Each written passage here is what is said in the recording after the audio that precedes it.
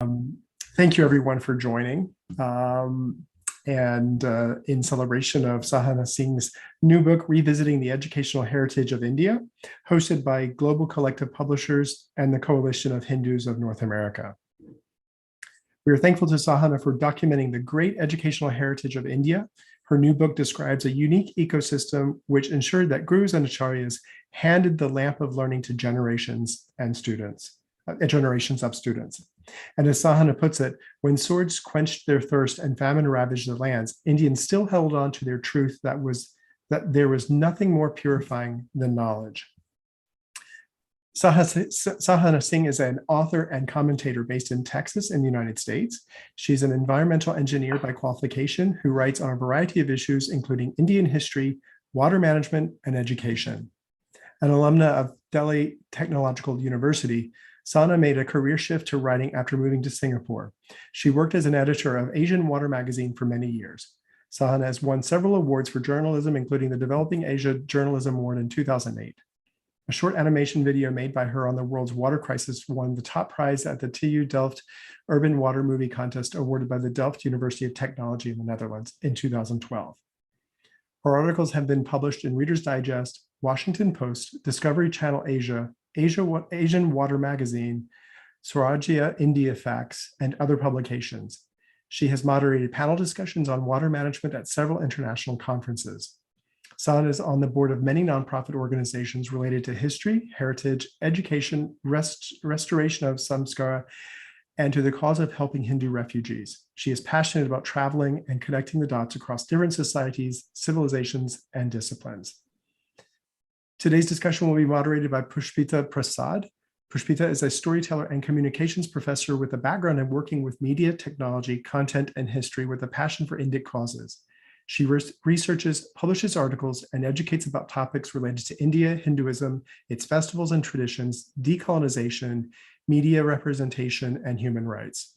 Pushpita earned a master's in mass communications from the University of Denver, Colorado, a diploma in journalism from the Indian Institute of Mass Communication, and a bachelor's of commerce from SRCC in Delhi University. She's on the board of the Coalition of Hindus of North America, CONA, and believes in the power of grassroots advocacy, activism, and dialogue to drive change and understanding. We are also happy to welcome additional commentary by Samyak Pandey, a fourth-year medical student at King's College London, who serves as the National PR Coordinator of the National Hindu Students Forum UK, the largest Hindu student movement outside of Bharat. Previously the president of its King's chapter, he was involved in the establishment of the UK's first Dharmic prayer space. And before we hand over to Pushpita and Sahana, if anyone has any questions, whether on YouTube or here on Zoom, we'll be keeping everyone muted, but if you would like to pose a question, please put it in the chat, and we'll save time to pose those questions later in the program. And I'll also be posting a link in Zoom where if you would like to purchase the book, you can purchase it from the Global Collective website with a discount code to receive 20% off, or obviously you can go to any of your favorite retailers and order it online there. And if you wish to reach out to us later on, I will leave a web link where you can contact Global Collective Publishers as well. And with that, I would happy and delighted to welcome both Sahana Singh and Pushpita Prasad. And thank you, Pushpita, for moderating today's talk. And we're very excited to hear more and to learn more about this very, very rich topic. So thank you so much. Thank you so much, Curtis, for that wonderful and warm introduction. So did we want to do the book, hold up the books and do the launch? Yes, absolutely. So this is all in a digital world that we are in, but we are so pleased and so proud. So thank you.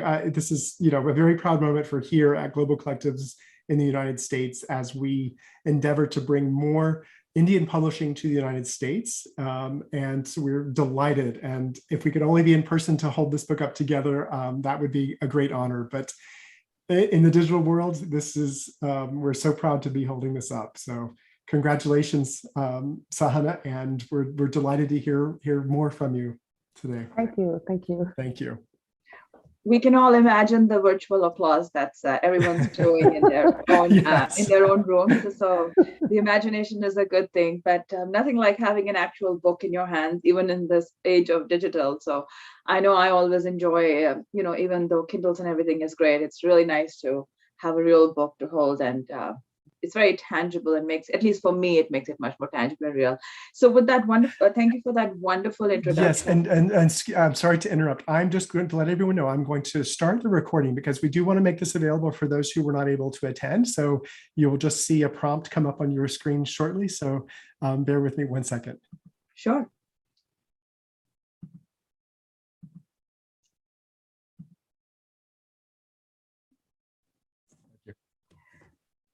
Curtis, can you make make it the speaker view so that we can see the speaker occupying the full screen?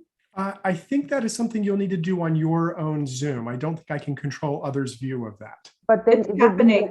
Is it being It's recorded? The speaker view is being recorded. Oh, yes, yes. Okay, great. Thank you.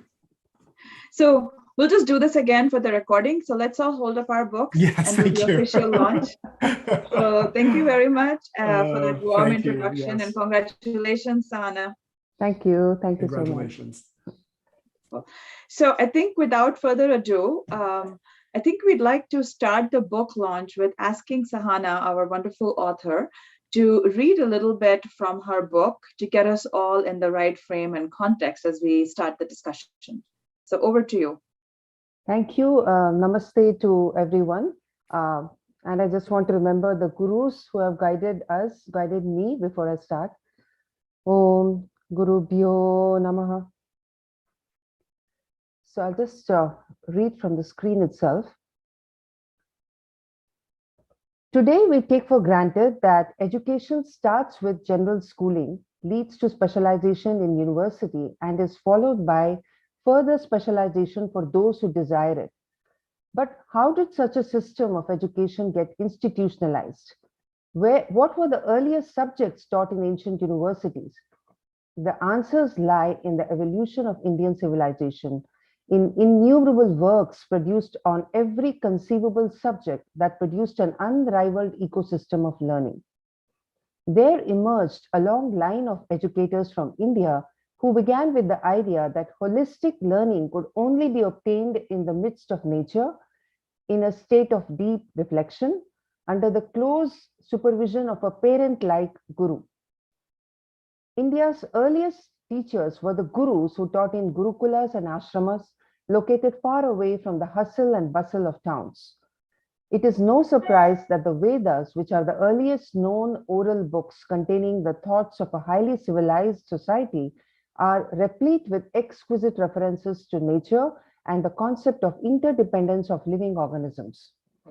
To these gurus, it was important for humans to realize their humble status in the infinite universe before embarking on the long journey of learning. There is a poignant story in the Chandogya Upanishad which illustrates how a guru would let a student arrive at fundamental truths by simply observing nature. So here is the excerpt within quotes. The boy was oftentimes left alone to his own thoughts and had frequent opportunities of holding communion with nature, from whom he sometimes learned great truths. While tending his teacher's cattle or gathering fuel in the forest, he felt the influence of deep solitude, which not infrequently matured his ideas and ripened his judgment. It is said of Satyakama Jabala that he learned truths from the bull of the herd that he was tending, from the fire he had lighted, and from the flamingo and a diver bird which flew near him. One day in the evening, when he had penned his cows and lain wood in the evening fire, his teacher met him and said, "Friend, you shine like one who knows Brahman, supreme consciousness. Who has taught you?" "Not men," was the young man's reply. "I have learned from nature that the four quarters and the earth, the sky, the heaven and the ocean, the sun, the moon, the lightning and the fire and the organs and minds of living beings, yes, the whole universe was Brahman." End quote. Not all gurukulas were in forests though. Many were in villages and towns, since the gurus were usually householders with families. However, secluded locations were preferred. Over time, the systems of transmission of learning to newer generations got institutionalized and gave birth to famous universities such as Takshashila, Nalanda, and the temple universities, of which the remains are still found in southern India.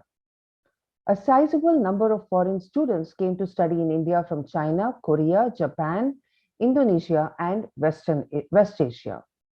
While the most famous names are Fahia and Xuanzang, who left behind detailed accounts, there were thousands of others who made difficult journeys by foot, on pack animals, and on ships just to imbibe knowledge from Indian professors. India was perceived as a mystical land inhabited by civilized and sophisticated people. Many of the foreign students copied texts and commentaries to take back to their countries. The rush for gaining an education from the scholars of India could well be considered similar to today's rush to study in or be certified by American and European universities. Yijing mentioned 56 students from China, Japan, and Korea who studied in Nalanda in the interim period of 40 years between Xuanzang's visit and his own. It is interesting that many scholars from China first visited Indonesia, where they spent some years learning Sanskrit and other subjects in order to gain enough competency to seek admission in famous Indian universities.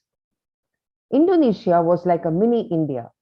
Yijing has noted the presence of more than 1,000 scholars in one city in Indonesia, where they studied all the subjects that were taught in India. It must be noted that there was no hard distinction between Hinduism and Buddhism in ancient India. Given the tradition of pluralism in India, Buddha's teachings were regarded as knowledge being shared by yet another guru with ever-growing numbers of followers. Buddha was a Kshatriya by upbringing, having been born and raised in a royal family. He renounced his family in the manner of a sannyasi, which was also an existing tradition in the land. Historian Conrad Elst points out that the ideas Buddha developed were already present in the Vedic tradition. Concepts such as karma, reincarnation, yoga, and jnana have been a part of Vedic tradition from times immemorial. Buddha never claimed that he was inventing anything new. Rather, he said he was walking on the path laid by earlier seers. Many Vaishnava sects believed that Buddha was an avatara of Vishnu himself. Accordingly, many educational institutes of the time offered Buddha's teachings as one of the disciplines alongside the philosophies expounded by other famous gurus. Also, the monks who transmitted the teachings of Buddha to China, Japan, and other countries in East and Southeast Asia were often called Brahmana or Baramon, and even their gotra was noted. In China, the word Brahmana itself had become a synonym for knowledge, and scientific books from India were called Brahmana books.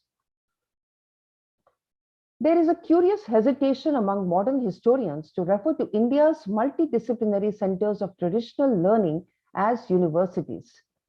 This comes from the excessive importance given to the written word, to solid buildings with established pedagogy, and rigid systems of certification.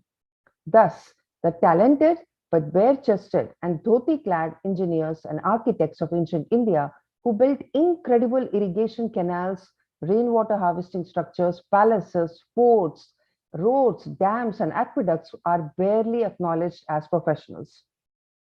Similarly, medical practitioners of yore who developed an elaborate system of diagnosing disease and combined indigenous pharmacopoeia with spiritual advice towards proper lifestyle and wellness are yet to get their due.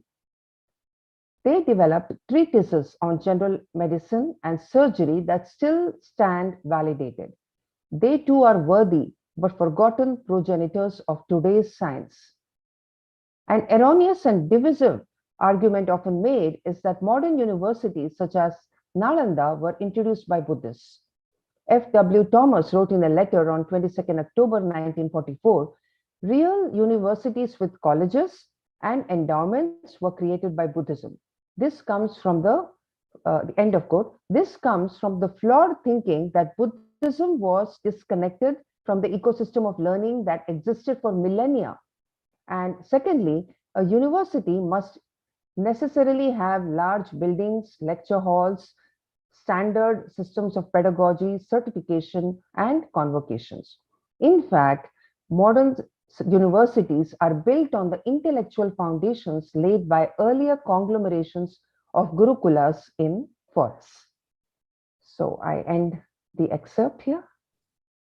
Wow, that's I think that's from the opening passage of your book, and I think it just frames everything so beautifully. And in fact, as I heard you, your words seem to transport folks back into like this idyllic world where you're struck, and I'm especially struck by the holistic nature of everything that you describe. There's like a blurring of some of these modern lines we see between the school and the environment in which it is situated. And I know that's quite trendy nowadays, especially in early elementary education with Waldenberg models and stuff like that, to have early education set in like, the environment or a forest or something, like some garden or something like that.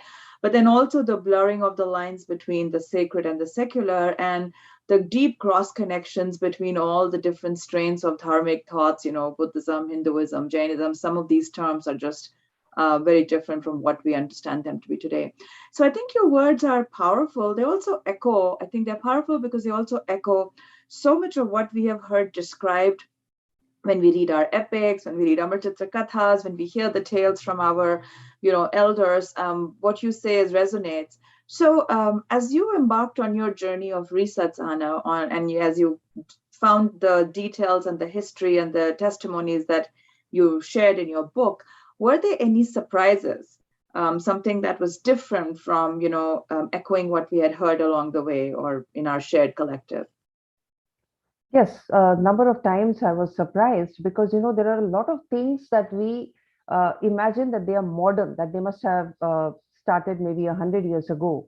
So when I was researching and I came to know that these things are actually existing in India for centuries, for millennia, those things were surprising. So, for example, I learned that teachers and students had so much mobility that they could travel to the institution of their choice. So that was very surprising. This is, of course, I'm talking about my first book, and it's also there in my second book. So the teachers and students in those days, when it was so hard to travel, you can't just get into a plane and reach the university of your choice. But they were traveling, they were taking the long road, they were walking, they were riding on pack animals and reaching the institution that they wanted to study, appearing for the admission test, whether it was Nalanda, Vikramshila, and that was astonishing. So they were doing all that in those times. So it's not like just today that we hear of students in India traveling to IIT, they have an orientation, they travel to that institute, but they were doing it then. So you hear of this university in the extreme south of India, Kantalur Shala, and students are coming from the north of India to study there. From the Ganga plains, they were coming to study there because that was very good. It had more subjects. It was very holistic. They even had martial arts along with the regular subjects in Kantalur Shala in Kerala, and they were coming from the north to study there. And similarly, in Nalanda, you hear of professors who are from Kanchipuram teaching in Nalanda, or you hear of professors who earlier set up Vallabhi University, and now they are teaching in Nalanda University. So things like that, that was a big surprise. And the other thing maybe I can think of is that in the new book, I have written about a carving that was found in Karnataka of a woman scholar. And this is the most direct evidence you can get that women were getting high education. So there is a carving which was found in Karnataka in Kolar, and now it is kept in a museum, which I just learned about in some blog, and then I confirmed that it actually exists. I still haven't gone and seen it. But that carving, I have good pictures of it. And it shows a woman who is in ascetic clothing, and she has a manuscript in her hand. And she is described, and the inscription says that she is a knower of Shastras, a very respected lady. Now, she doesn't seem to be from a royal family. It doesn't say that she's a princess or anything like that. It's just her parents' names are given. So she's just an ordinary person who has reached that level of knowledge, and the villagers have made this carving of her. So that was another big surprise. So like that, there are many others. If I can remember one more. It's there is a temple in Cambodia, or rather the ruins of a temple that I have visited, the Ta Prohm temple, I think. And I didn't know that it was actually a university. So it was when I was researching for this book that, this place that I visited, and it's the face of so many tourist guides, that all the trees running over that place, and you can see images. I didn't know it was a university which had hundreds of students and professors, and it was modeled after Nalanda. So I have mentioned this in my new book. So lots of surprises along the way. So That's it's a true. journey of learning for me as well. I know I was surprised to hear the volume of universities. I think we all know of Takshashila, Nalanda, but I think you sketched this whole sort of ecosystem of universities all over the place, not just beyond Takshashila and Nalanda. And I think the interchange that you described between them. So just to follow on then that, landscape that you sketched of these gurukuls and these universities sort of an interconnected system, holistically connected. Why has that become so foreign to us today, right? I mean, I know you were surprised and you've dedicated a good amount of time to researching this, but I think the layperson is generally quite surprised to hear this landscape described. So why are we so disconnected from our own heritage that many of us are like, oh, wow, didn't realize that? That's a very deep question, needs a lot of pondering. But of course, I have described how that ecosystem of learning was destroyed. So that's the second part of my book, where I talk about how we were run over by invaders who came and destroyed the universities, physical destruction. I mean, imagine today, if something like that happened in Harvard University or Oxford University, a band of invaders coming and killing all the professors and students. I mean, you would wonder how knowledge would even survive. So that is what has happened. Our libraries were destroyed, our universities were destroyed, and later, and that led to a number of scholars fleeing from there. And I've described all that in my book in more detail than the earlier book. So the second book has all the details of the destruction, and then the colonization which followed after the physical destruction by the Islamic invaders. We had a period when we were colonized one after the other by various European colonizers, and that changed the whole character of education, because we got deracinated, we were distanced from our own samskaras. We had a kind of discipline, the samskaras, that 16 samskaras that we followed, which was closely connected to education. So we just got disconnected from that. Then we lost our languages, because our medium of education became English. And once you study something in a foreign language, then a lot of things don't make sense. So slowly that whole thing vanished, that whole structure which existed. And it has actually been documented by many of the English people themselves. So if you read my book, I have mentioned G.W. Leitner and other people who are actually bemoaning that the education is a system that had been established by the Indians is getting lost. And wherever we are imposing higher taxes, where we are impoverishing them, there the village school is disappearing. So that has all been documented in my book as well. I've compiled all that data where it has been described. So this is the thing, we lost our languages, we lost our connection with our culture, and we don't have our own eyes to view ourselves. So it's like we got alien lenses to look at our own culture, our own civilization. So we can't even make sense of the old books, the shastras that are there if you want to read. There are still millions and millions of manuscripts there in India and abroad that have not been translated.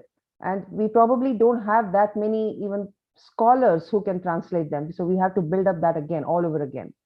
So I think that's what has made it all so foreign to us. Yeah, I think I read in your book, right, that there were, when the British were taking over, so we are looking at pretty recent history, there were 100,000 village schools just in the province of Bihar and Bengal alone. I mean, that's just one province. So if you multiply that across so I think that just speaks to the infrastructure that has been demolished. So I think maybe you can go back and read us a little bit more about your book. I think we wanted to learn a little bit about the role of how the nuances of learning worked, and maybe we can do a little bit more of a reading. Okay, let me just scroll down to that page about reading the nuances of learning. Sorry, I should have opened it up before. Give me a minute. But I know you already touched on that's definitely a question I want to ask is, you have a whole chapter on women. And I think, that was something that resonated with me a lot. And I think you have so many names. And that was new to me. We learn about Upathyayani, the Ganikas, the female authors of the Rig Veda, a Brahmacharini versus a Brahmavadini, new terms for me. And so I think it just, when you have so many words, it shows the importance of a context. So I think your research seems to, again, contradict the modern day narratives that say that Hinduism did not really assign a high value for learning as far as women were concerned. So as you look for your chapter, what is your take on how education was viewed for women, or how widely did women participate in it?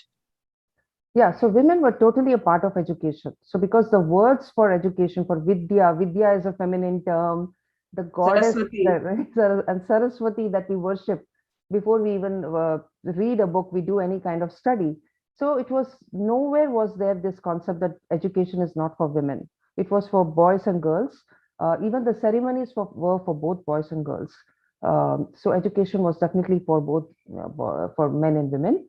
But yes, there was a kind of deterioration later on, right? When we were invaded, that was the time when everything changed. I mean, even our dresses, like we were wearing clothes, men and women were wearing similar clothes. Like there was no fixation that you have to cover your breasts, right? If you see the old carvings, right? The women were very free in their dressing, and also they were teachers. So we hear of gurus who are teaching in ashrams, women gurus. Then we have plays, right? We have Sanskrit plays where it's written in the, I think it's in the 8th or 10th century, which talks about a woman traveling to the university along with another friend of hers to go and study, right? And she's saying that she's changing her university because the professor is not giving her enough attention. He's busy writing his own book, so she doesn't want to study with him. She wants to go to a university in the south. So we have such situations in plays, Sanskrit plays written long ago that also illustrate. I mean, there will be some naysayers who will say that maybe it was fiction and it wasn't there in real life, but I don't think so. There's enough evidence that women were being educated. And as you said, there were so many terms, esoteric subjects, difficult subjects that were being studied. And the women students, there's a specific name to indicate that it's a female who's studying the subject. And those words are in the Sanskrit dictionary. Why would they be in the dictionary if they're not studying, if such women don't exist? So yeah, the women were totally there. But yes, we have to add this caveat that maybe not every woman was going and seeking higher education, because there is a biological role as well. Women who marry, produce children, they get busy with housework, taking care of the child. So maybe the primary role for most women was definitely to take care of the household, right? In those days also technology was not so advanced that you can multitask and do hundreds of things. But yes, there were joint families, and it does look like those women who are hell-bent on studying further, and they probably don't want to get married, they want to study, they were doing it. Because why else would we have the names of such people being, even in the Rig Veda, we have names of females who have, rishis. Later on also, so many works written by women. And then, for example, Leelavati, a book on mathematics, is the whole book on mathematics is addressed to a woman. Now, we don't know whether that woman was a lover of the author, Bhaskaracharya, or how was she related to him. But all along, he's writing those problems, those mathematical problems, and saying, oh, lovely lass, can you solve this? What do you think is the answer? Oh, fair one, oh, beautiful one. So all the problems are addressed to that woman. So it's very obvious. And then, of course, I mentioned the sculpture to you that was found in Karnataka, right? Which shows that women were being educated. But yes, there were women who were probably finding the burden of household work a lot. And maybe they just didn't have the time to pursue their interests. But there were others who were doing it. So that's the picture I got. Leelavati is interesting, interesting rom-com talk. Anyways, so let's have you go to your second reading. Yes. So this is the Nuances of Learning chapter. It's the Guru or Acharya occupied the prime position in the knowledge-based society of India. The concept of Guru Runa was intrinsic to the worldview. When we learn from a guru, we incur a debt or runa, which cannot be paid back directly to the master, but imposes on us a sacred duty to become good disciples who follow and distill the teachings received. Secondly, it becomes incumbent on us to teach what we learn to the best of our abilities to the next generation of students. Dying without passing on one's knowledge is to die with debt. In a similar manner, the debt we owe to our parents, Pitru Runa, gets discharged when we raise our own children or foster children and transmit forward the love and values we received. In fact, one of the strands in the Yagnopavita, the sacred thread worn by a Snataka, a new graduate, symbolizes the debt owed to the Acharya. The rigorous life of a student in his guru's ashrama prepared him to develop enormous stamina, patience, dedication to service, concentration, and ability to tolerate physical hardships. It laid the basis for a sound character. Even princes slept on the floor during the brahmachari days. Thus, a student was required to be up at the crack of dawn before his guru awoke and to go to bed only after his guru retired for the night. Eating heavy meals or sleeping in the afternoon was not allowed. In fact, students were required to be light sleepers in general. Maintaining decorum in front of the guru was important. Talking loudly or yawning in the presence of a guru was regarded as inappropriate behavior. And yet, despite all the rules, it was not like a prison for a student because the guru ensured there were opportunities for fun, enjoyment, and challenges. The Guru-Shishya relationship was an incredibly special one and has been enshrined in hundreds of stories in Indian literature. Following is a passage from the famous autobiography of a yogi. So I quote from the book, "Quiet evening hours often brought one of my guru's discourses, treasures against time. His every utterance was chiseled by wisdom. A sublime self-assurance marked his mode of expression. It was unique. He spoke as none other in my experience ever spoke. His thoughts were weighed in a delicate balance of discrimination before he permitted them the outward garb of speech. The essence of truth, all pervasive, even with a psychological, physiological aspect, came from him like a fragrant exudation of the soul. I was conscious always that I was in the presence of a living manifestation of God. The weight of his divinity automatically bowed my head before him." India's classical music lineages exemplify the Guru-Shishya Parampara, unbroken tradition. Living in devotion with the Guru who lives, eats, breathes, and sleeps music, the Shishya imbibes the atmosphere of the art, inadvertently internalizing both musical knowledge and a broader foundation of contextual information. It was as if there was no separation between a teacher and a curriculum to be taught, and one learned music by emulating one's guru, by becoming absorbed in him or her. A young Carnatic musician, Naresh, who was interviewed by a researcher, informed that his guru never told him he would teach anything. Naresh said, "You live with the music, and after a point, you literally live the music." An important mantra which has come down the ages is usually chanted at the beginning of a class by both teacher and student and exemplifies the bond of togetherness. A lot of us know this. Om Sahana Vavatu Sahanau Bhunaktu Sahaviryam Karvavahai Tejasvina Vadhitamastu Ma Vidvishavahai Om Shanti Shanti Shanti. So the meaning is, Om, may he protect us both. May he help us both to enjoy the fruits of the scriptural study. May we both exert together to find the true meaning of the sacred texts. May our studies make us brilliant. May we never quarrel with each other. Om Shanti Shanti. So this, and the other thing is, despite the predominance of the Guru, there was also an understanding that knowledge acquired from a teacher was only a fraction of what one could possibly learn. A famous Sanskrit shloka, which finds a mention in paraphrased form in Mahabharata, in Haradatta's commentary on Apastamba Dharma Shastra, and echoed in many other places, goes like this. I'm not reading the Sanskrit part. From the teacher is learned a quarter from the student's own intelligence, a quarter from fellow students, and a quarter with the passage of time. Thus, it is clear that discussions, debates, and conversations with peers were considered as important as instruction by the guru, along with self-study and reflection, while the component of experience and insights gained with the passage of time was also factored in. A noteworthy aspect of higher education in Sanskrit was its aim to preserve rituals and to ensure that the orally transmitted texts were kept free from phonetical, grammatical, and semantic erosion. This is the reason that grammar developed a precision that one would associate with science. I come to the end of the excerpt. Beautiful. I think the words on the guru are so powerful.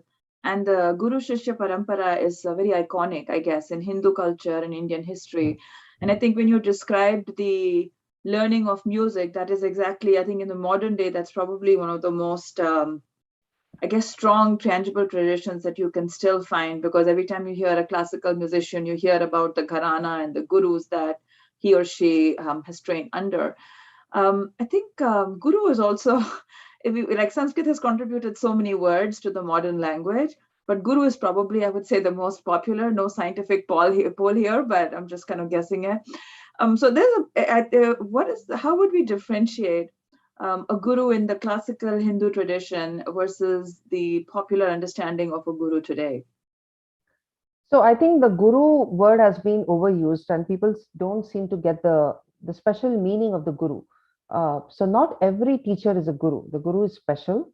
So we have many words in Sanskrit for a regular teacher who makes you a subject matter expert. So we have acharya, we have upadhyaya, we have shikshaka. But the role of the guru is different. So the guru is an embodiment of higher knowledge who helps the students to connect to their own wisdom.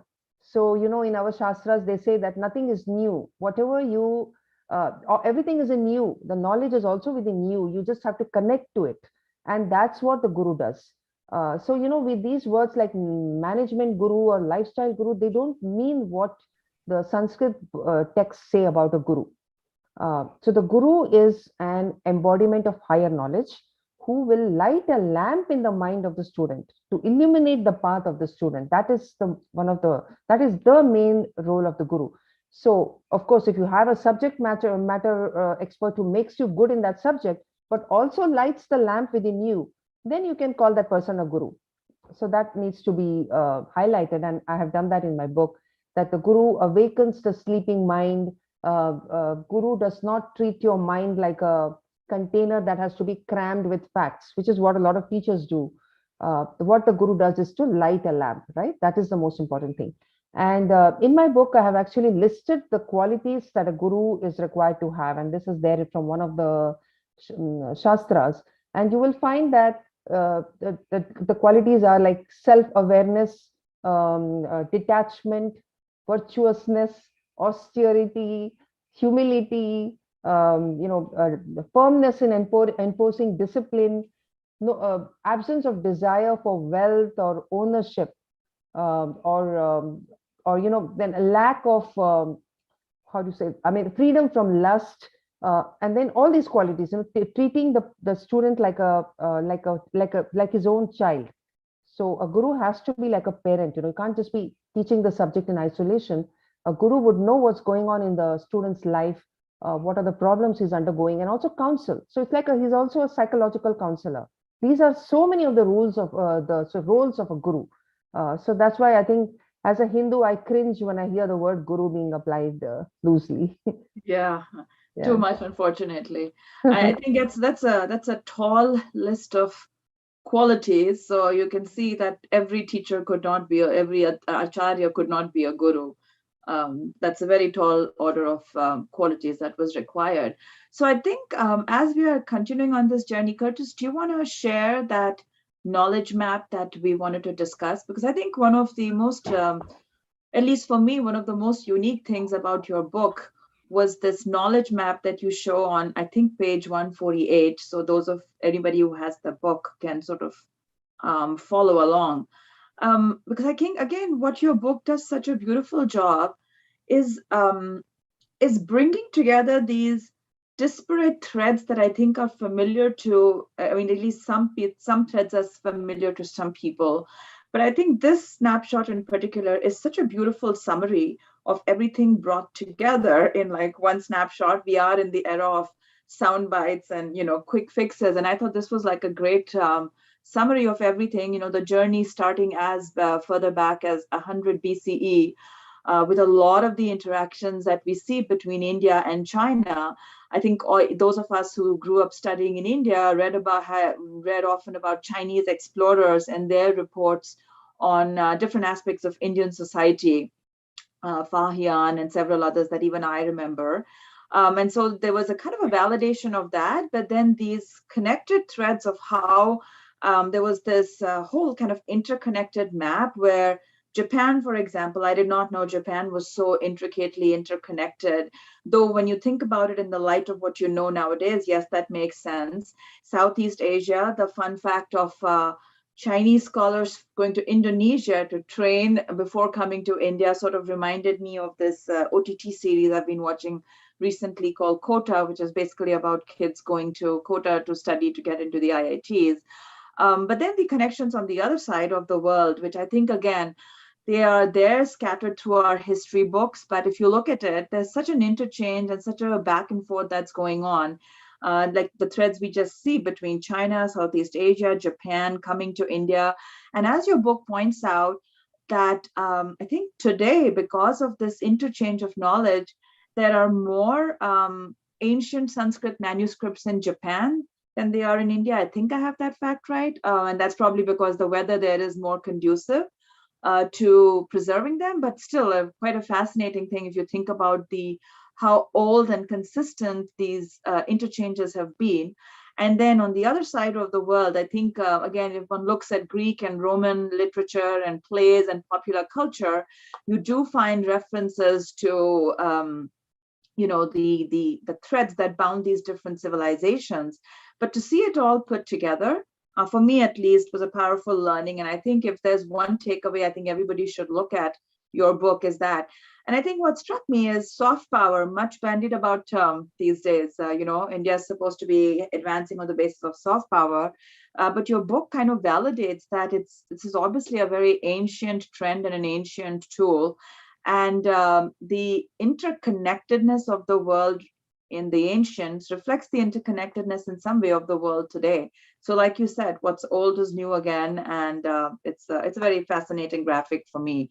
So I think that might be like a perfect way for you to go into your next segment, which is the journeys that people were making for the sake of acquiring this knowledge.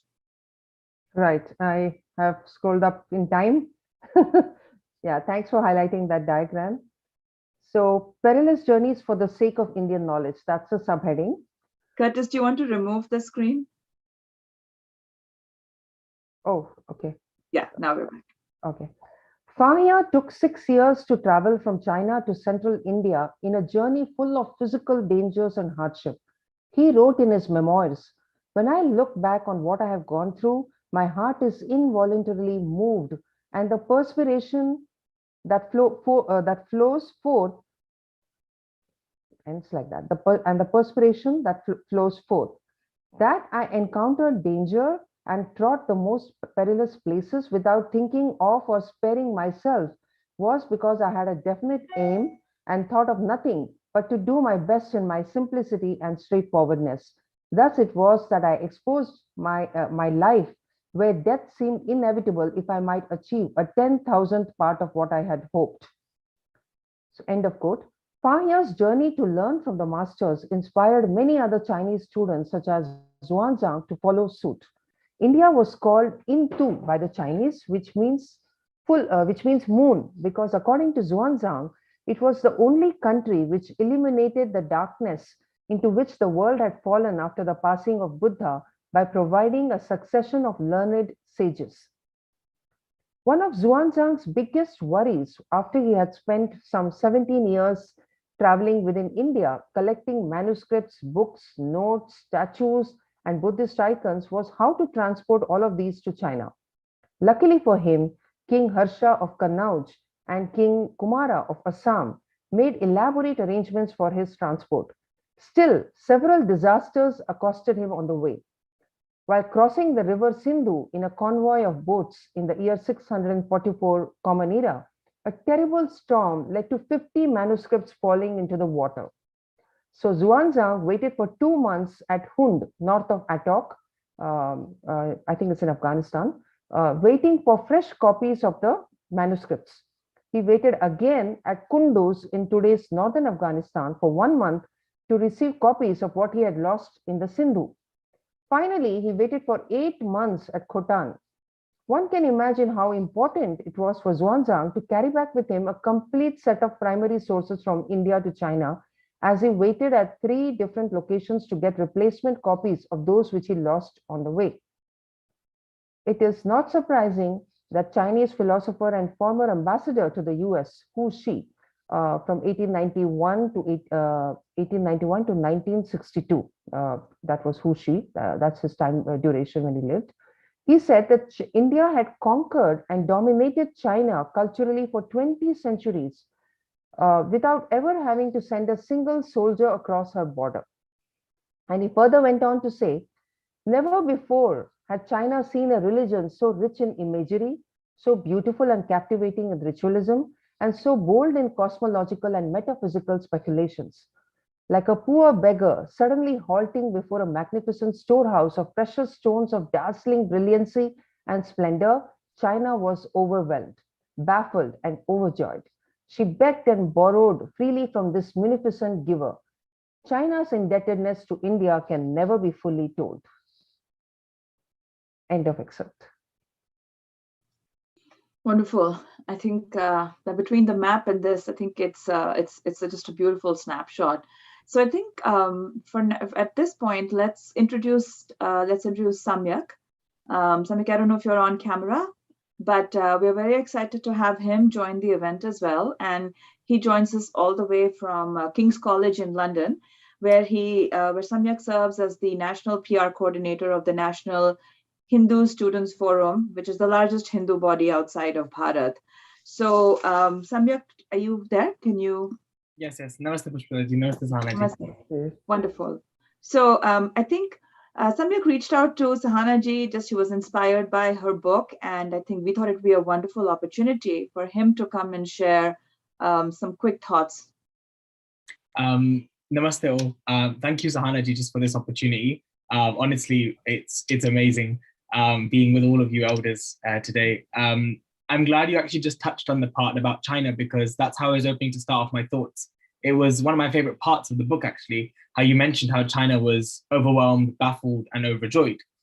And then I wonder, is that the response that China has now towards Indian academia?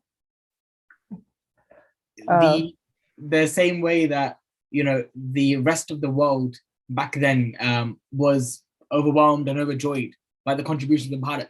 I think to myself as a student, 22-year-old right now, how much is the rest of the world impressed by the output of Bharat? Then how much is the Indian Republic putting forward into the investment of research, top quality?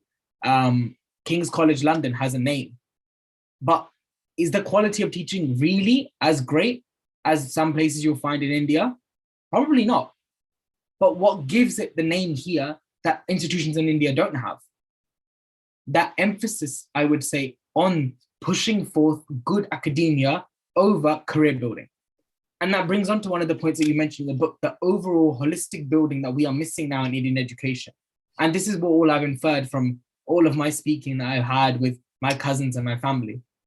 You mentioned how, if today Ujjain would be our Greenwich, I'm sitting here right now, 20 minutes drive away from Greenwich. And that made me think, a lot of times we as Indians, we refer to things as this of the East, this of the East. Tulsidas ji is the Shakespeare of the East. And I think that speaks volumes about the extent of our colonization and how far we need to go through the decolonial process. when are we going to start orienting everything with us first? And that comes with a sense of self-confidence. And that's where I think this book is vital, because it allows us to tap into our heritage properly. The very fact that books like this need to be written so that people are aware shows us that we are failing as a community to actually pass on this knowledge. How are we allowing systems to perpetuate that allow this to be hidden further and further? And I think on that point of decolonization there, us in the UK and our students movement here, we've gone to the extent where in our language, when we are speaking in English, we refer to terms solely in the Sanskrit version because we are aware of how bad some of the translations can be. We really avoid using the word God where possible. You will often hear us as students in the UK saying the word Ishwara only. Ishwara, Brahman, where appropriate, soul is Atman, to the point where I can't remember the last time I said the word Hinduism. It is Hindu Dharma, Sanatana Dharma. You will find very few students in the UK who will be saying that word, because we are understanding that this is the process that we need to take on. I loved how, and I think this is very key to a lot of students who will be watching this later, a lot of people will take on the idea that in the same way how the Western systems within Abrahamic cultures have seen the separation of science and faith, that artificial demarcation, as you mentioned in the book, it doesn't exist with us. The very debates of religion and science that you have, people like Dawkins, sorry, what was it? Is it Dawkins, Richard Dawkins? Yeah, him and all the new atheists, as they call themselves, they all go on about. You think to yourself, this doesn't apply here, because we have the concepts of the Paravidya and the Aparavidya. There is the Aparavidya, which deals with the material self, and the Paravidya, which is beyond the self. Beyond the material existence. And there is never a collision within them, because that which is the Paravidya, that which is the truth of the universe, is beyond the access of the senses. So when that doesn't lie within the parameters, how can that be a dichotomy in any way to the great knowledge that we can acquire about the world? And that's how you mentioned, that faith and skepticism have coexisted. Logic and debate is something that we love as Hindus today. And I wonder how ready are young people who do have the intelligence, who do have the competence to understand the vast heritage of our people. When will they stop being ignorant of it? And that will stop when they begin that process of decolonization, when they begin to understand that the prerequisites that they're going with are coming from a Western lens. When they begin to see that the two are always intersected together for us, and there is no sort of argument between what is religion and what is science. And when that process begins to happen, I'm sure you will see a lot more young, confident people of dharmic backgrounds who will be ready to take this on and lead this institutional decolonization that needs to take place within Bharat. You mentioned, of course, the climate of oppression and the Indian Anglicists. That's something I'm sure everybody here can agree on. How often is it that we look to things in Bharat and we see the situation where if somebody isn't able to speak English, and particularly to the accent that I have being brought up here in the UK, somehow they are illiterate and with low self-confidence, as you mentioned, when that shouldn't be the case in the slightest. I loved how you touched that modern education is empowering and beneficial. You don't deny the benefits of the globalization process. And that is something that I think some apologists may go down the line of. What we see is that we can take what is good. I hope I've quoted the Rigvedic verse properly. Let us take the noble thoughts from all sides. Let us take those good processes. And that leads me on to the point where you mentioned about the women in education. Back when I was the president of my case, a Hindu society, I'd read Altekar actually, his book on the position of women in ancient Indian civilization. And I was overwhelmed and overjoyed to see the vast contributions, but also how he puts forward the idea that while we have degraded, that doesn't mean we should always look at things with a completely rose-tinted lens of our past. You mentioned it yourself. It wasn't as if every single woman, as we see today, was taking up these educational opportunities. But that doesn't mean that our society is somehow more uniquely regressive, as some people would like to say. In fact, it is exceptional in how many more women compared to other societies were taking part.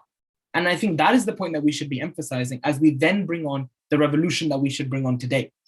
How can we use these inspirational figures to inspire us and empower us today? The last point I just wanted to touch on was, you mentioned the Vergangenheitsbewältigung of the German people, the overcoming of the past that the German people have gone through in their literature process. So for those who aren't aware, I'm only aware of this because I'd studied German. A lot of German literature that was produced after the Second World War looked into how can we as a people begin to process what has happened. Now they have a very different angle from us. We are coming from the angle of the oppressed. They are coming from almost the angle of the oppressors collectively. They felt so. Because how could they have allowed the ills of the First World War and then the ills of Nazism to befall them? And therefore entire literature began to be produced on how do we overcome this? How do we make peace with what is our past? I think one of the best things about the book is your mentioning of how this, as you mentioned, the climate of oppression that went on and how it is time for us to confront it. It is time for us to actually look into why have our educational systems, our institutions decayed to this point? And now what? And what is next? Because a lot of people will sit here and sing the glories of our past, but they won't do anything further. It's all great to say that we had all of this beauty, but if you're not bringing that to the institutions of power today, then you're not serving any purpose. Right. And I think that ties in actually perfectly into one of the first questions we had gotten from the audience. So I just want to bring that up right now because there's an audience question that said, what is being done to revive the education of philosophy beyond a few localized efforts like, the Bal Vihars and the Chinmaya missions, etc.? Is there anything that's happening within the existing public education system? So I don't know if that's something you want to address, Sahana-ji, or I mean, I think in a more generic way, right? Your book is a fount of knowledge of life as it was. And what do we take from it and how can we make it relevant to our lives today? Because, while it is fascinating to learn about the past, it is equally important or more important to see how we can apply it in today's world. Right. So first of all, thank you, Samyak. I loved listening to you. And this is one of the reasons I wanted it was Pushpita's idea to get a young person to come and talk at this book launch. And you made it totally worth it. So in the Indian government is really pushing forward the concept of Indian knowledge systems as a part of NEP, the new education policy. So I can see that, the number of meetings that are happening, and they really want to bring all this into the education policy, into the modern education. But the real challenge is to have all those books ready and how to weave it into every discipline, right? But I can see that we are going in that direction. So the main focus now is to know the essence of all the shastras that we have had that are already existing, that have come down to us by the oral tradition. Because unless we know what is in those shastras, we cannot get our own worldview back. That colonized view that we are having, if we want to get rid of that and get our own lenses back, we need to know what is in our shastras. Now, maybe not all of us can learn Sanskrit and read them all, but definitely an essence of it can be brought into our education system. So if we are studying engineering, for instance, we can have a short course on the history of engineering, which ties up to the contribution of India in that. And definitely all of these sciences and engineering, various other arts subjects, if you go back to the history of it, you will find that there is a guru, or there are gurus, and there is that Indian contribution which has led to the evolution of that subject. So when we connect to that, then we are already getting empowered and confident and emboldened, right? And it helps us to now re-examine everything from our own perspective, instead of just for becoming a clone of the West, which is what our education system was designed for. When the British modified the education system and they created the education policy, they wanted to bring out clerks from the country who would serve the empire. So, and that was continuing until recently. But now I can see the churning. They're actually thinking about how do we reintroduce our own indigenous thinking into this. So that's happening, but we definitely need to try and learn our languages, Sanskrit, at least conversational Sanskrit, so that, even with a very basic minimum Sanskrit, there's a lot that you can do. I think even Curtis might vouch for that. It makes you more logical because you approach language in a scientific way. In fact, you approach everything in a scientific way the moment you start learning Sanskrit. It changes, it rewires your brain. So I think Sanskrit learning has to be a part of education. It will help even non-Indians, I'm sure. And then we should know our Shastras, at least the essence of them, written from the insider's perspective, not from the alien perspective. So we should know what's in the Yoga Vasishta, we should know what is in the Bhagavad Purana, various other texts, Artha Shastra, all those major texts that there is a whole corpus of literature, but the major ones which are connected to our subjects, we could know the basics of those. And then see, I think it's possible that once we get reoriented, then we get back that indigenous worldview. I don't know if I've answered your question, but in the last chapter of my book, I have briefly dwelt on this. Yeah, and I think there's a kind of related question about how we can integrate the old with the new effectively. And I think I think there's so much happening in the world today, right? I mean, in some you've talked a lot about decolonization, but there's also so much appropriation of our knowledge that is still happening, right? So yoga is old hat by now, but if you think of Ayurveda, right, we're sort of where yoga was being appropriated about 10, 15 years ago. And so, books like yours are a fabulous base to which to start, talking about Ayurveda, nutrition, holistic living. These are all very important to today's younger generation, but all of us, but especially, we hear a lot about the Gen Zs being very motivated by these concepts. So I think it's time for us to sort of take back some of that narrative and connect it to the roots, which we can rightfully claim. Again, not denying anybody, but it's just like, honor the fount of knowledge from which a lot of Ayurvedic practitioners and people are nowadays claiming knowledge.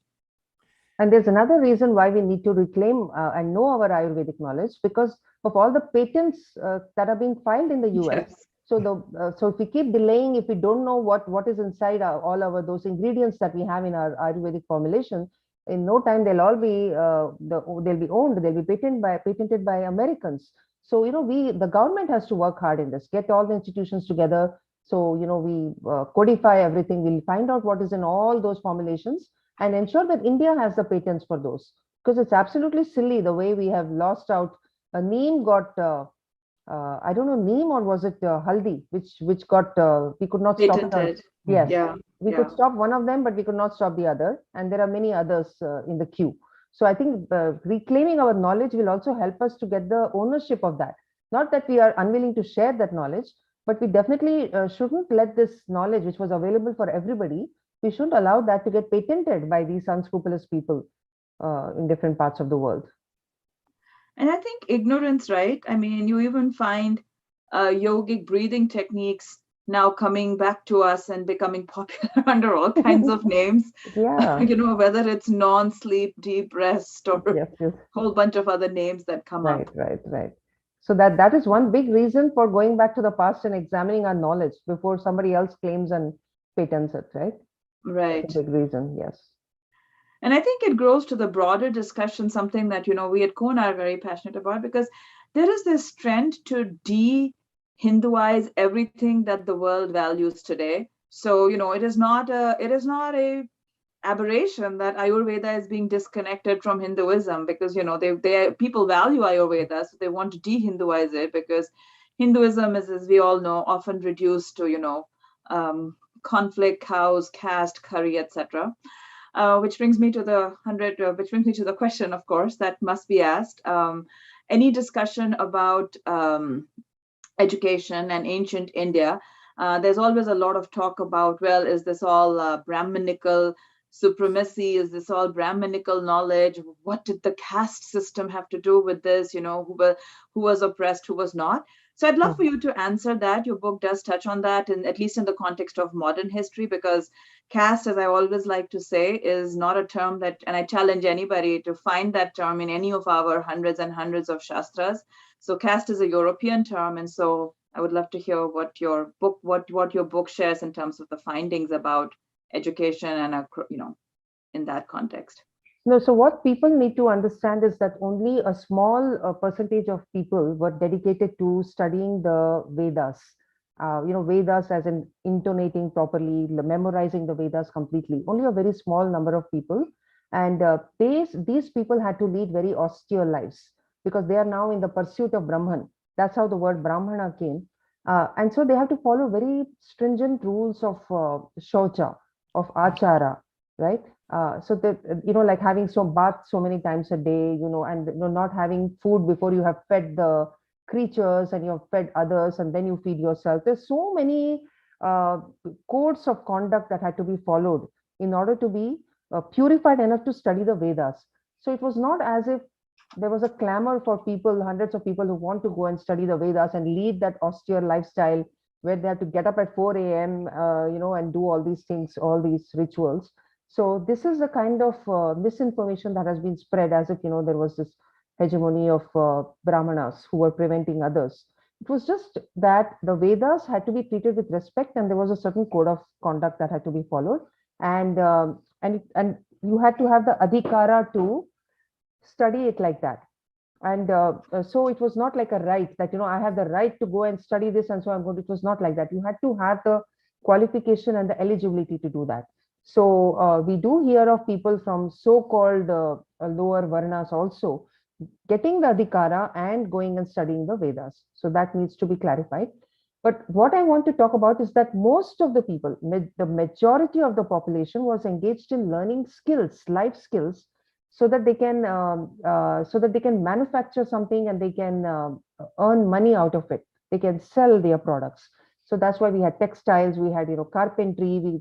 India was producing so many goods which were exported, and many of these producers were actually not from the higher upper varnas or jatis. They could well be called the lower jatis in terms of whether how close they are to Vedic education. So the thing is that these jatis which were producing all these things, they were rich. They used to they earned a lot of money, and there was a parallel education system where all the people who wanted to learn these skills were being trained. So that was also, I have mentioned that in the book, that the skills were being taught, and a student could go as an apprentice, live with the teacher who would teach that skill.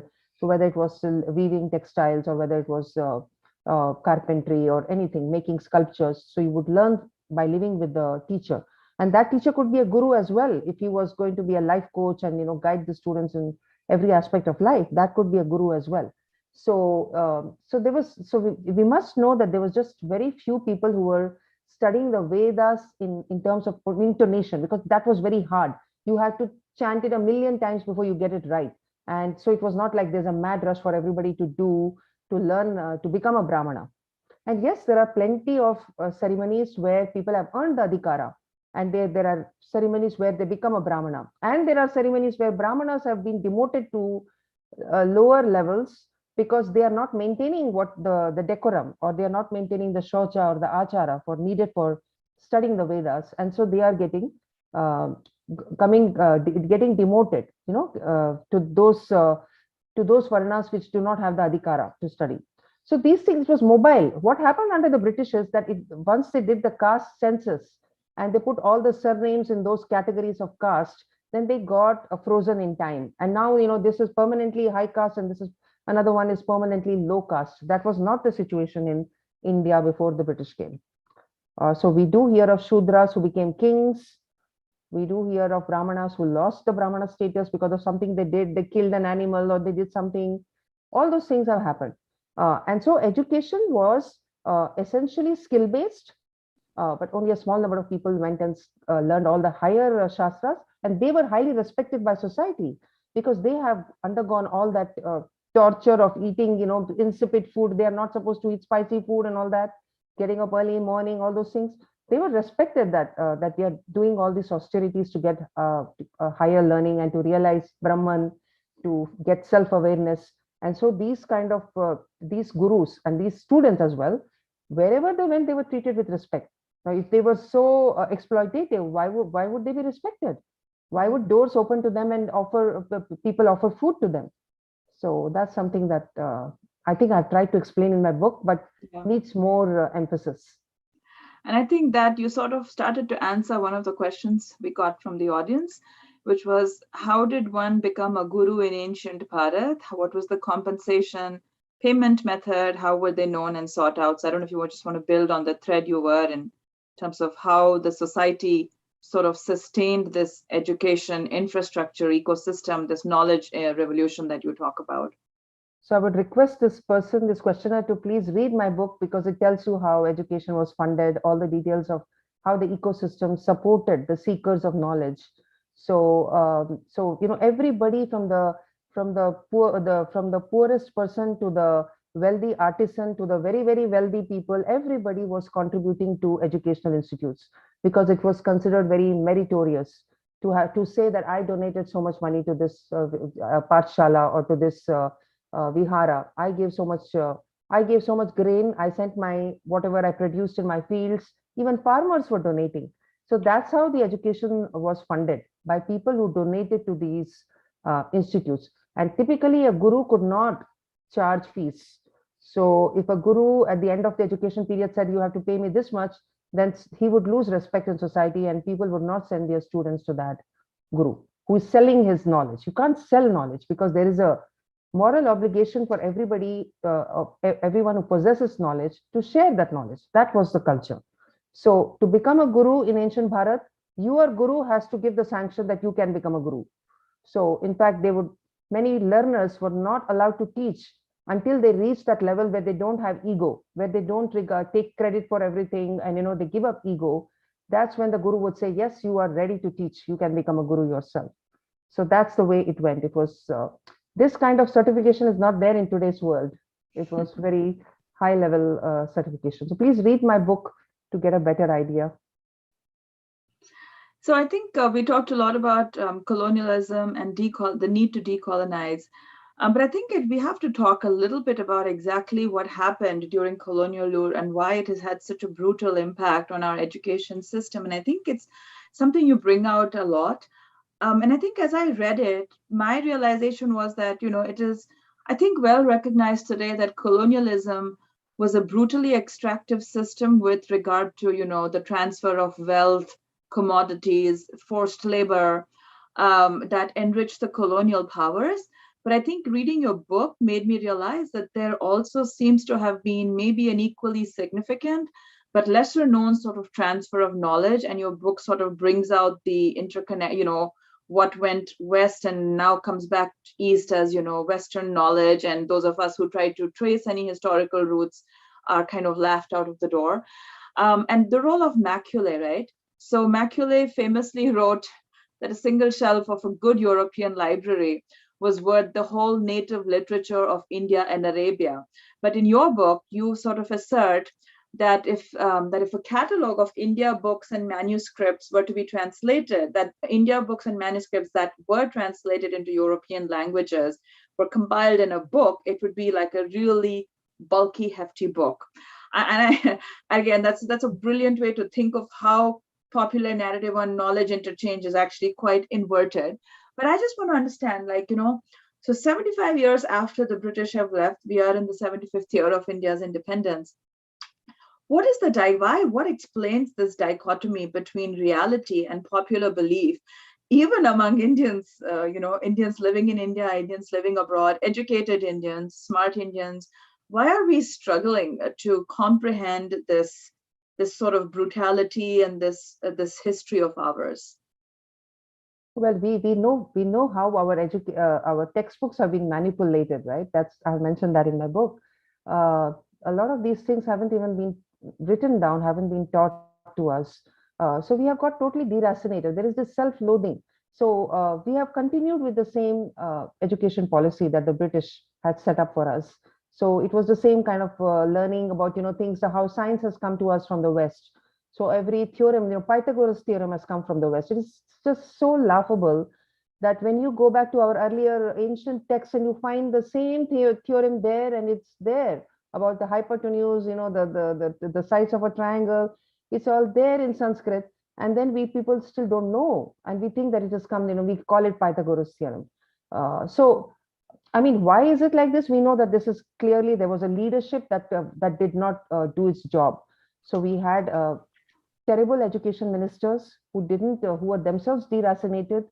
They didn't know what India had contributed to the world, and so they just continued with whatever literature was already going around in English. So I think that's the reason, I would say. There has not been work done by the leadership, and since we all gravitated towards a medium of instruction which was not ours, not our language, so we were not reading what's written in our own books. So if we had read our mathematics text, if we had read Vaisheshika Sutra, then we can see already the laws of motion very beautifully expressed over there. And we would not, so if you are told that Newton brought these laws of motion, we say, what? We have already read it in that ancient text. So you see, that disconnect is the reason why we are what we are. And I mean, and the extent of my ignorance is something I'm discovering every day. There was Thomas Hardy's text, which we had in school. It was a compulsory reading. The Mayor of Caste, Thomas Hardy, and I just love that line where it says character is fate, and I said, wow, this is the most profound thing I've heard. Character is fate, because what you are is what will determine what will happen to you, right? And then I came across the Upanishad, the Brihadaranyaka Upanishad, and then it comes again and again in all our ancient texts. The same thing said even more beautifully. How whatever you do, whatever you think, gets hardwired into your system, and then eventually that is what will become, and then that alters your fate. So this is what has happened. This is actually, it was a well-intentioned policy when Macaulay implemented the English Education Act. It was designed for this, that we get alienated from our heroes, our authors, and we start thinking of the West as the giver of knowledge. So we will revere Shakespeare, we will revere Thomas Hardy. Of course, I have nothing against them. I love their writing, I love it. But I wish we also it was all in context, that we know what is in our ancient Shastras, and then we read all these Shakespeare and Thomas Hardy, and we're able to compare. Why not compare them? Compare what he said with what was said in our Shastras. That did not happen. So, I mean, why it happened, we know. Now, how do we set it right? I think we need more of Samyak Pandey. Samyak Pandey is coming from the students, and then maybe things will change. Right. I think the other fascinating part of your book was, the effort. You detail the knowledge ecosystem, and then any good ecosystem requires effort to build, sustain, but also protect it from the attacks that happen. And lots of fascinating threads in your books about how, despite centuries of attacks, so much was lost, but so much also survived. And I think your book talks about that maybe 5 to 20 million manuscripts still survive in India. That's a mind-boggling number. And I think for anybody who wants to make a difference, to echo what has been said so often, right? Go back and read some of this stuff, make an effort to translate it or make it more accessible to other folks. But could you throw color on how your book mentions that rich pockets of manuscripts were found in certain places? And I was struck by the fact that you mentioned Jaisalmer, Jodhpur, Bikaner, which I thought were like sort of, hard-fought border areas. So what sort of brought about this dichotomy that some of these ancient treasures are found in what we think of as like, hard-fought border areas in our history? Yeah, so lots of things have happened. I mean, people used to flee with manuscripts. There are many touching stories of scholars who are being, attacked, invaded, and then how they are bundling up their manuscripts. And there is this, I have put this story of Vedanta Deshika, if you remember, where he acts like a corpse. He pretends to be a corpse among all the slain bodies, but he's actually holding on to the manuscripts, and then he escapes, and then he goes to another city. And then he uses that that he publishes it there, and then he writes more books. And that's how in that city, Melkote, you will find a library where these books are available. So the same thing happened there in Rajasthan as well. So from time to time, those who fled with the manuscripts would, Greek group at one place. And that's why you even have underground libraries, underground places where they have stored manuscripts. You find them there. So, I mean, this is another research that is needed, that how, these manuscripts surfaced in this place. All those things have to be done. I've just given some tidbits.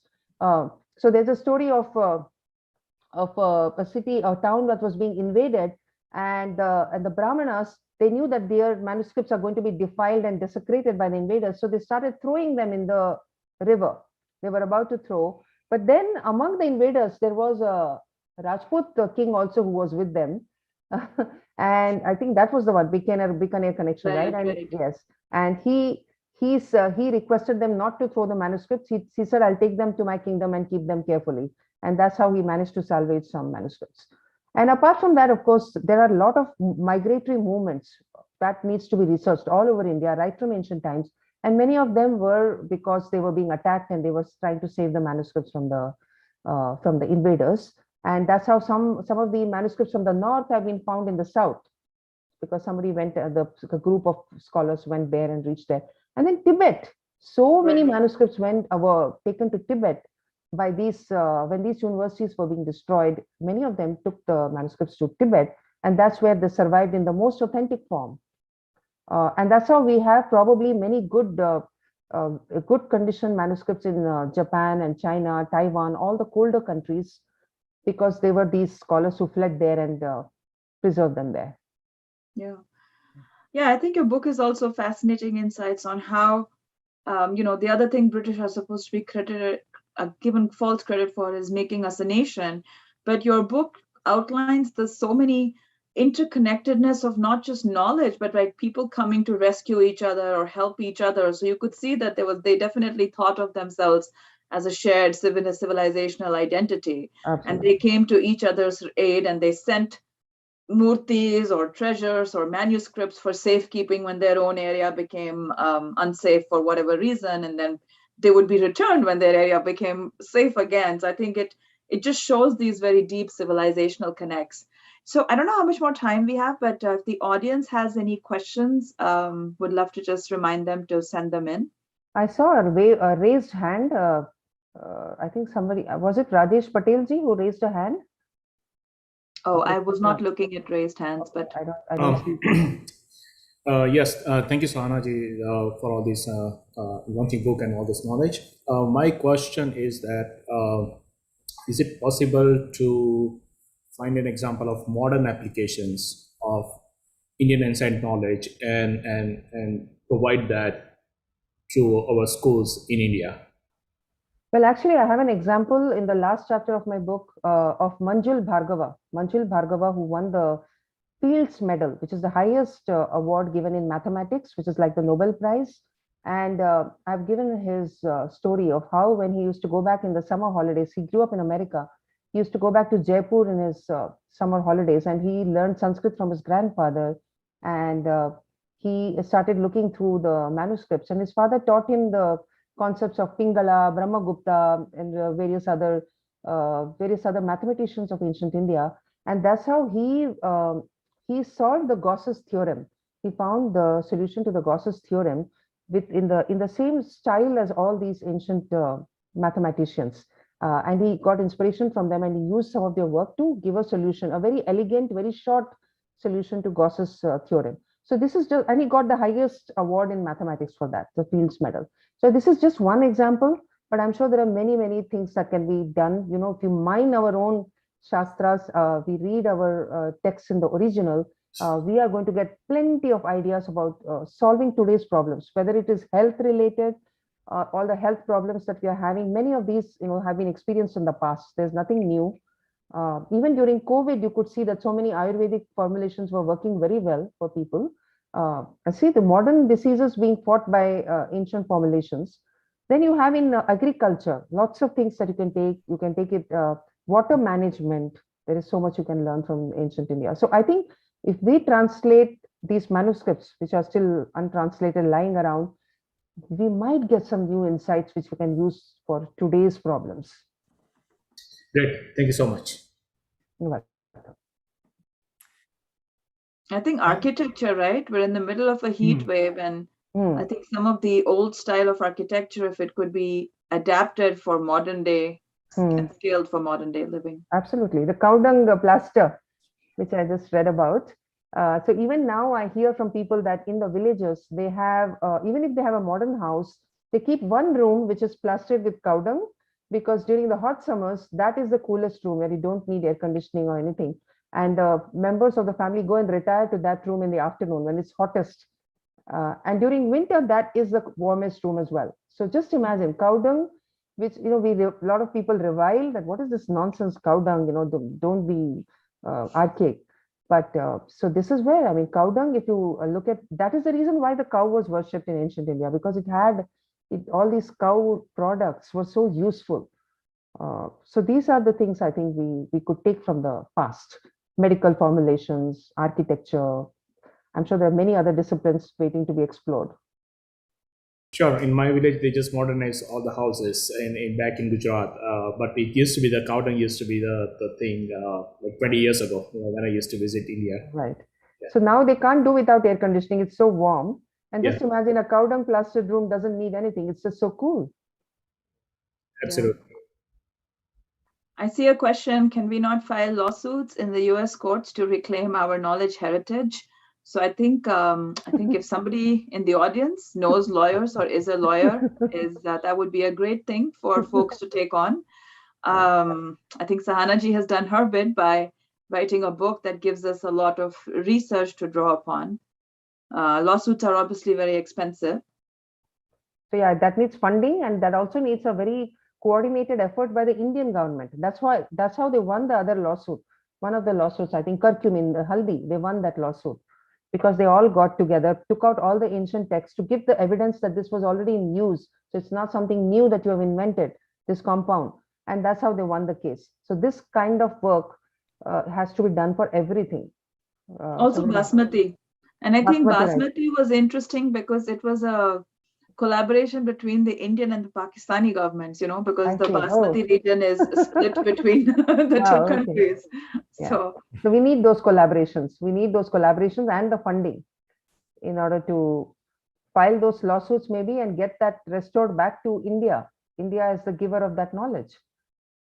I do think that, you know, this cultural exchange and the educational exchange that you are prompting here in the US and in the UK, I think is really an important start, because it is also about getting educational departments higher ed here to understand this rich history. And so I think it's a wonderful place. I'm just wondering if you could speak just briefly, because I know we have to end, but as a resident here in the US, what is your experience like? And before I also want to acknowledge that that your book was originally published by Vitasta Publishers in Delhi. So I want to acknowledge that they you know, they're publishing this book in India, and also for us to be able to make this available here in the US and in the UK. But just, you know, your experience here in the US and getting universities and other educational institutions to understand this rich history. So I think that's going to be a bit of a challenge. The academicians are actually living in their own silos, and they have this peer group, and then they, you know, so there is a certain kind of mindset that is existing there, which is not very welcoming towards this viewpoint that ancient India did brought all this knowledge and things like that. But I'm not saying that it's impossible to engage with them. I think we need to work more on this. But definitely, I would like to see more opening of minds in the US, because there is a tendency to go with the colonized knowledge, you know, because they are the ones who actually wrote the papers, right, in the beginning, when all those journals started in various European languages. And a lot of this knowledge was appropriated from the colonies and just put in the form of papers. For example, I have quoted Garcia de Orta in the book, Portuguese who lived in Goa. So he used to fall sick very often, and then whenever he was ill, he was being cured by the local, the indigenous doctors. And then he learned from them what they were using in their formulations, and he wrote a paper which got published, and he didn't give any credit to these people. So that's so now that whole peer group has been formed, and to disprove all this and say that no, this knowledge has come from India, it's going to take a bit of work. Right.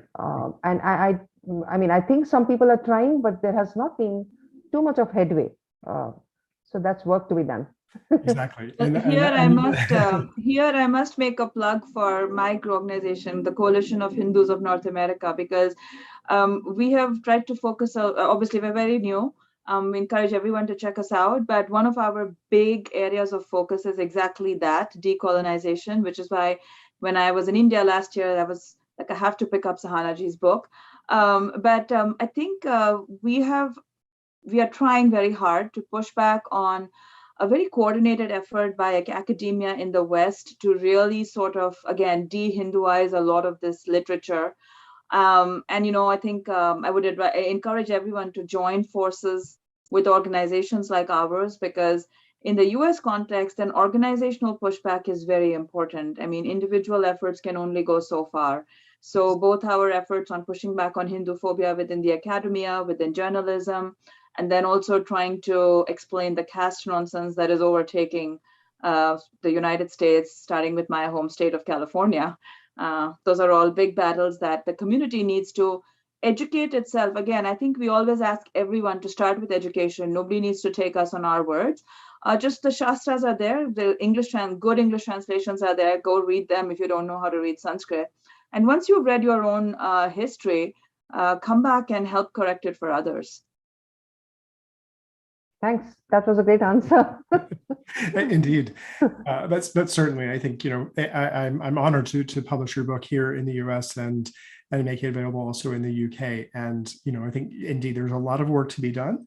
But it is through this grassroots efforts that we take this, one person at a time through our education of ourselves and through our families and through institutions that we've all participated in this country as well. So thank you very much. Thank you. Well, thank you for a very rich discussion and reading and conversation. Thank you to everyone for your wonderful questions. We'll have just one quick moment if there's any other questions. Please, if you haven't gotten a copy of Sahana's book, please go out and find a copy, because it is so enlightening and so wonderful and educational. So thank you so much. Are there any closing comments before we end today's discussion? Do you want to announce your discount? Have you mentioned it? I did. I can repost it again because it was posted just a few moments ago, but I'll repost it. This is for only those who are attending today, or? No, you can please share the link, share the code with your family and friends. I'd be happy to honor that, really, because we want your book to be as widely available as possible, and it is available on Amazon and other national retailers here in the US, and it is coming soon to the UK. So I know if anyone is joining us from the UK, it is in the process of being made available there. It just takes a little bit longer in logistics to make it available, but it will soon be available there as well. And it's also in ebook as well on Kindle and Apple and Google and other ebook retailers internationally. So. I also want to just tell everybody that, it's not just buying for ourselves. We should encourage our schools, our libraries, because they're always looking for suggestions. Sahanaji's last book is, Sakona also runs Hindu Parents Network, and her last book is something that we have referred to a number of school districts that we are working with as part of the decolonization process. So again, that is something everybody can do, because everybody is connected to, a library, a school, and other people. So when you next need to give gifts, here are some great ideas instead of another another vase of flowers or some, another cake or something like that. That's so sweet of you, Pushpita. Thank you. Well, thank you so much for all your hard work and devotion to such an important topic. And we look forward to a long life for your work and your book, and look forward to more conversations like this. Thank you, everyone, for joining. And recording will be made available on YouTube, and I will circulate this recording as well, so others can have it for those who weren't able to join. Thank you so much. Namaste to everyone. Thank you. Namaste, everyone. Namaste.